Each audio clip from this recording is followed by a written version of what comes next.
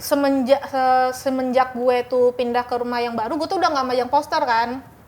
Itu tuh gue tuh nggak pernah yang namanya ketindihan. Oh, lu waktu di rumah lama? Nah, waktu di rumah lama gue tuh sering ketindihan. Kayak badan gue ngerasa berat, kayak berada yang nindihin.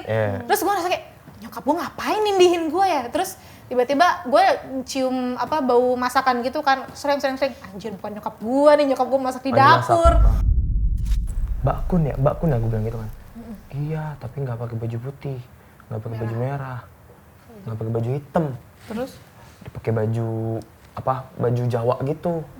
Mbak Kunnya pakai baju Jawa gitu, kayak sinden gitu. Oh, iya. Tapi rambutnya bukan panjang, bukan keriting, bukan. Rambutnya tuh kayak, tau gak sih lo, kepang yang... Ih, serem banget sih.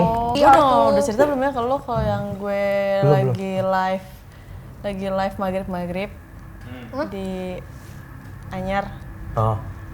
Pas di rewatch lagi live-nya ada suara, dan itu yang notice dari followers gue. Pas live? Iya. Oh, lu waktu di rumah lama? Nah, waktu di rumah lama gue tuh sering ketindihan.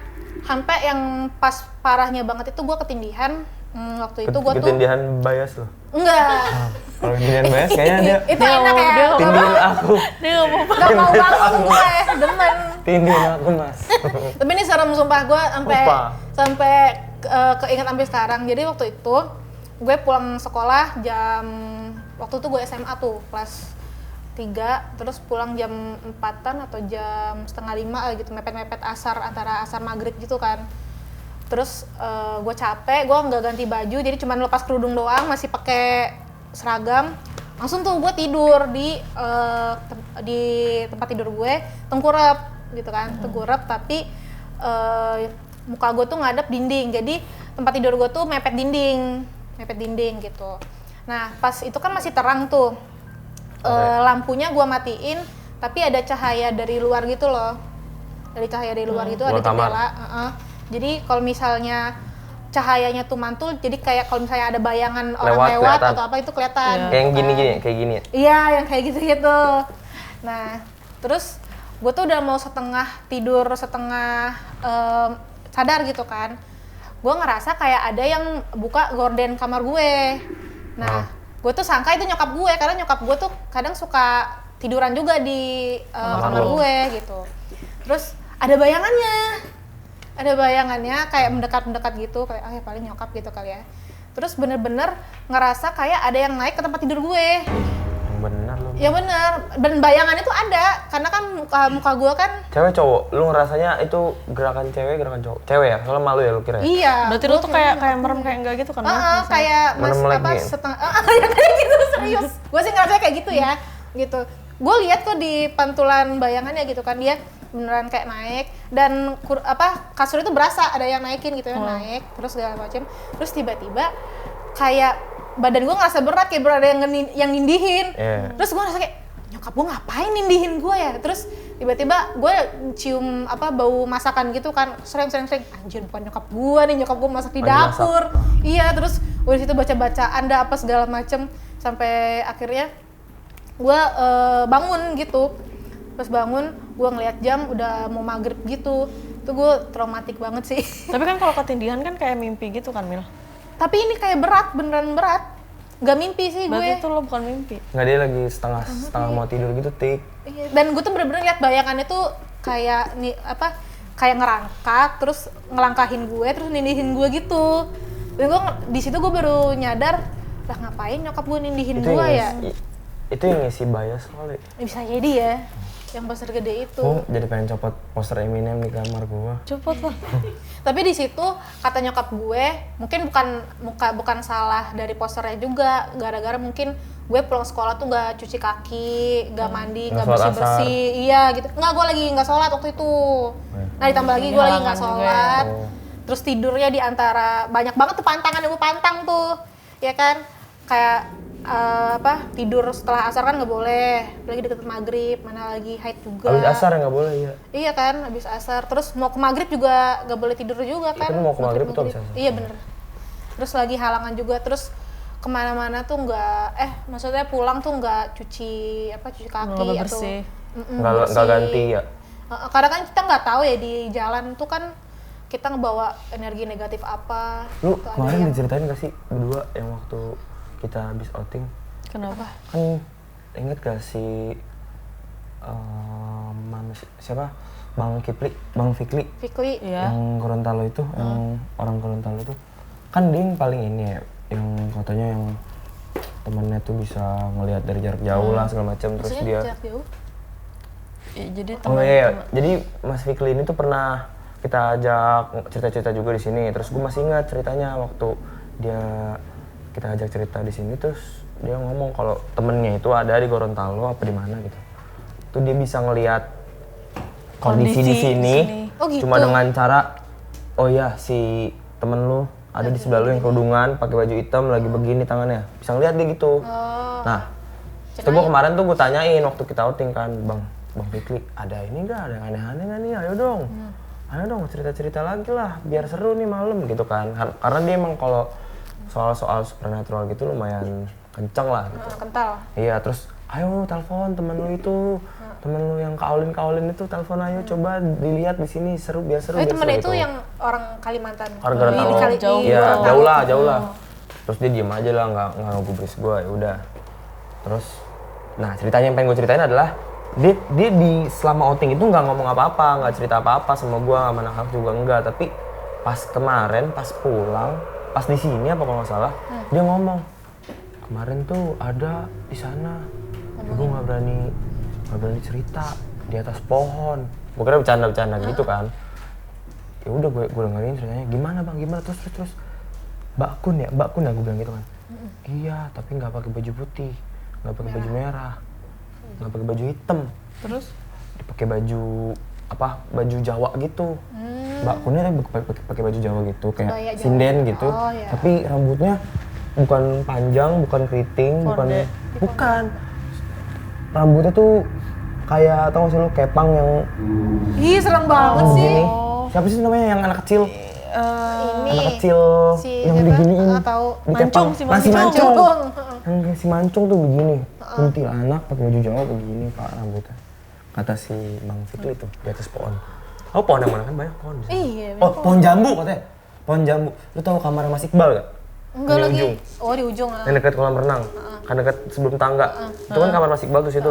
Di belakang kan pohon jambu. Di situ katanya. Udah kamar kita, dekat kamar kita. Seberangnya, lu kan di sono, lu kan di kanan. Nih naik kolam renang kan. Iya. Ada kiri ada kanan. Lu kan kanan. Ini kiri. Deretan kamar gua. Dia ngapain aja si? Nggak tahu, Bang Fikri cuma cerita. Akhirnya cerita di setelah acara setelah kelar kemarin baru cerita kan, kita pulang minggu lalu. Terus gimana sih cerita tadi? Akhirnya Si bias lo.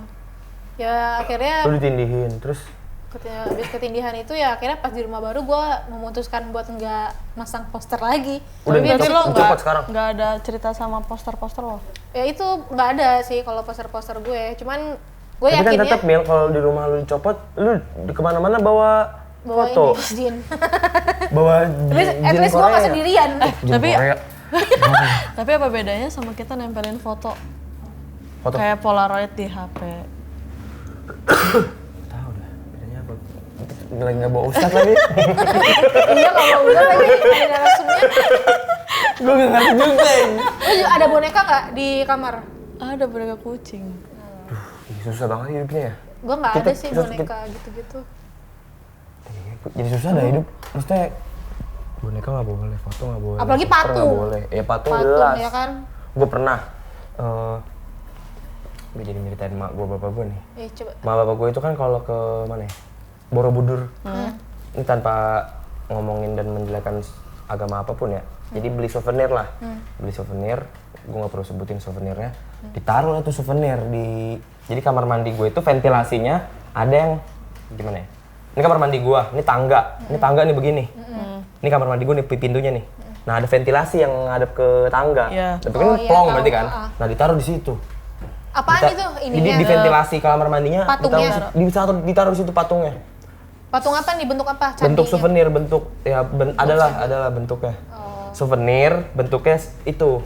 Ada bentuknya patung pokoknya.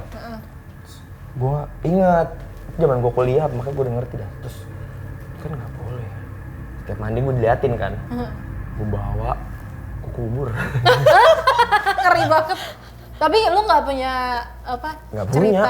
Enggak, maksudnya setelah itu gue kira kenapa-napa nih gue. Kenapa-napa nih? Kagak, alhamdulillah. Enggak. Kagak. Gue kubur tuh. Belum diisi berarti kali, belum ada Kagak isinya. peduli gue. Kalau udah diisi berarti kalau gue kenapa-napa insya Allah gue dijagain. Gitu. Takut gue sebenarnya dikit-dikit kenapa nggak ya gue? Ini kan beginian nih. Dari sono gitu kan. Dari sono nih ada isinya nggak ya? Udah amat. Kayaknya menurut gue ini perbuatan yang baik. Tapi pas Gua kubur. pantungnya masih ada tuh lu nggak ada. Enggak kenapa-napa. Gue cuma diliatin doang. Udah diliatin Risih. sama yang begituan. Terus juga Diliatin maksudnya apa sih? iya dia ngadep siapapun orang yang di dalam kamar mandi Ti. Ada gambar kan dia berbentuk Berarti Manusia. berbentuk orang ya? bukan orang ya sebenarnya gitulah, berbentuk makhluk lah, berbentuk makhluk. Ih, serem amat. Semua makhluk kalau bukan barang ya. Berbentuk makhluk hidup, bukan bangku gitu. Iya. Ngadep ke dalam kamar mandi. Gue setiap mandi diliatin sama yang Ngerasanya nggak enak aja. terus gue kubur. Feelnya nggak enak aja. Gue menjalani apa yang dijalani. Terus ortu lo ngamuk gak? Enggak tahu. Nggak. Tahu. Kalau ngamuk, gue dudukin aja sama bapak gue. Papa sama mama tahu nggak sih cerita Nabi Ibrahim? Udah lanjut lah. Terus apa lagi? Iya, cerita lu udah. Udah. Segitu doang. Ada lagi nggak ya?